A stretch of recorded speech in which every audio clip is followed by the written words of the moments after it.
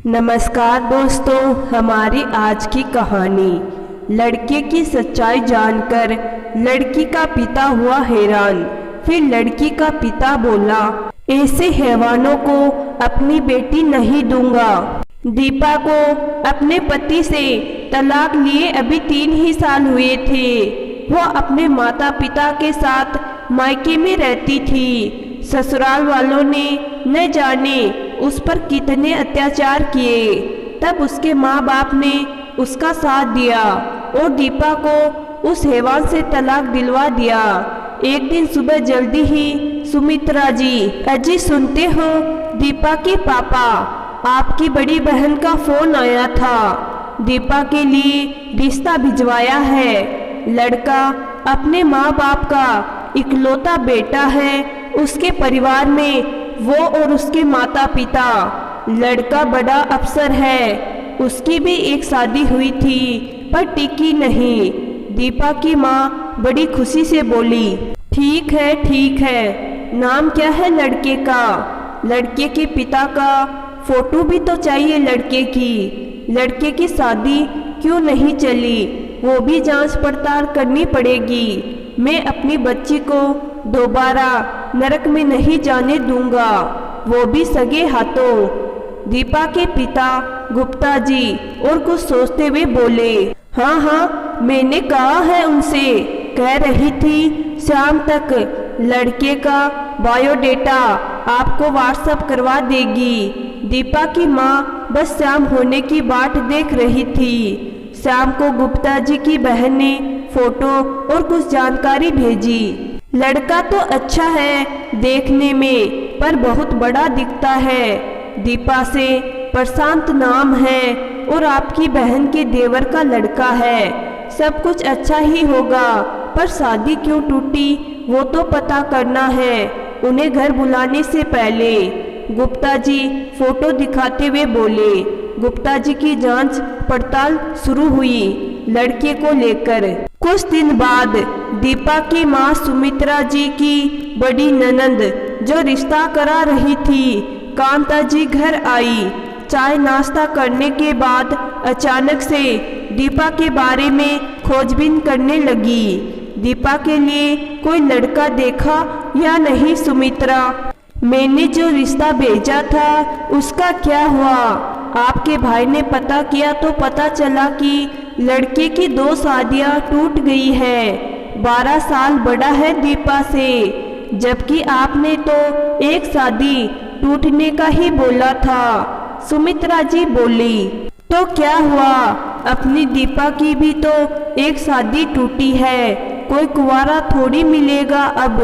और दाग भी लग गया शादीशुदा का, और एक लड़की भी हो गई है उसके। जले पर नमक छिड़क रही थी कांता जी, तभी गुप्ता जी आए। क्या कहा आपने दीदी? दाग? दीदी, मुझे आज भी याद है, मेरे बचपन के दोस्त शर्मा की बेटी को ऐसे ही एक दाग की आग में जली थी। शर्मा गरीब होने की वजह से दहेज नहीं दे पाए, जबकि बेटी चिल्लाती रही, मुझे ले जाओ, मुझे ले जाओ, मुझे मार डालेंगे ससुराल वाले। पर शर्मा, बस लोग क्या कहेंगे, खानदान के नाम पर दाग लगेगा। इस दकियानुसी सोच में अपनी बेटी को ससुराल की आग में जलने दिया।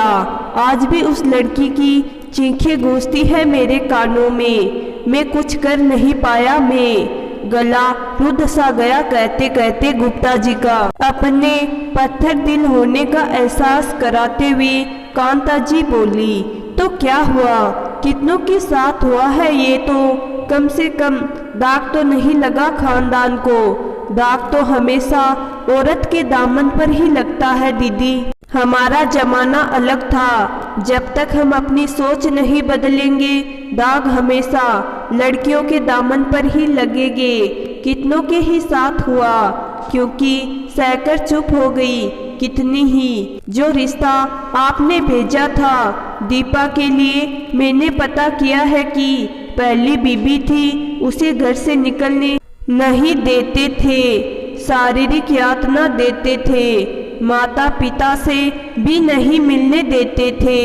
यहाँ तक कि खुद को सही साबित करने के लिए उस लड़के ने अपनी बीवी पर चरित्रहीन होने का इल्ज़ाम लगा दिया और ऐसे ही दूसरी बीवी के साथ भी किया, और वो एक नंबर का शराबी है।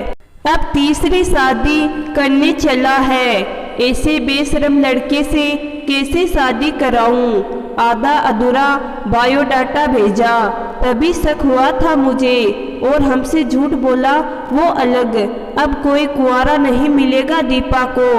थोड़ा 19-20 तो चलता है, कांता जी बात बदलते हुए बोली। अगर दीपा की जगह आपकी बेटी होती तो क्या आप भी उसकी शादी प्रशांत जैसे बेशरम लड़के से कर देती? अपने भाई की सारी बात सुनकर कांता जी बहुत शर्मिंदा हुई और उसे अपने किए पर बहुत पछतावा हो रहा था। भाई भाभी दोनों से माफी मांगकर वापस चली गई। दोस्तों, औरतों को कभी दहेज की आग में तो कभी तलाक की आग में कितने ही ऐसे दाग हैं जो लड़कियों के दामन पर आए दिन लगते हैं, पर क्या ये दाग जिसके साथ अन्याय हुआ उस पर लगना चाहिए या जिसने किया उस पर? एक रिश्ता अगर यातनाएं बन जाए तो क्या उस यातना से मुक्ति पाना, अपने साथ हुए अन्याय का कोई विरोध करना, इंसाफ मांगना, क्या वो दाग है? और है भी तो क्यों? तमाशबीन बनकर देखते रहने वालों को ये हक किसने दिया है कि वे ये तय करे कि कौन दागदार है और कौन नहीं? तो दोस्तों, मैं आशा करती हूँ कि आज की कहानी आपको जरूर पसंद आई होगी। कहानी पसंद आई है तो कहानी को लाइक और चैनल को जरूर सब्सक्राइब करना। धन्यवाद।